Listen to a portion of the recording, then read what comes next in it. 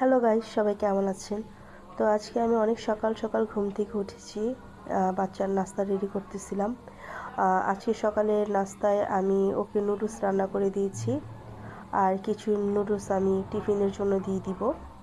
তো এখানে আমি কোকোলা নুডলস রান্না করতেছিলাম। আমার বাচ্চা কোকোলা নুডলস খুবই পছন্দ করে। ও কেন জানি ম্যাগি নুডলস পছন্দ করে না, আমি ম্যাগি নুডলসটা খুবই পছন্দ করি। তো এখানে আমি রান্না করতেছিলাম, আর ও ডিম ভেজে দিলে খেতে চায় না। তো বলে, আম্মু আমাকে ডিম সবসময় সিদ্ধ করে দিবা।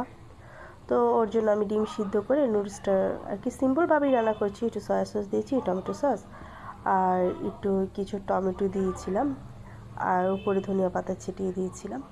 তো এখন ওকে আমি খেতে দিচ্ছিলাম। তো ও কিছু নুডলস খাবে, আর কিছু নুডলস আমি টিফিনে দিয়ে দিব।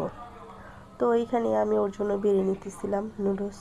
ও খাবে, তো বলতেছে আমাকে তাতেই দাও। তো এই তো ওকে নুডলসটা দিতেছিলাম। তো এখন নুডলসটা খেয়ে ও স্কুলের জন্য রেডি হবে।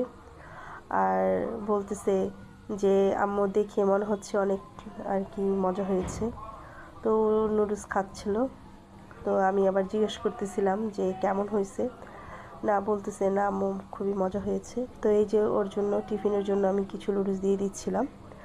তো সবাই ভালো থাকবেন, সুস্থ থাকবেন, আমার পাশে থাকবেন, আর আমার জন্য দোয়া করবেন। আর দেখতে পাচ্ছেন নুডলসটা কি কত ভালো লাগতেছে।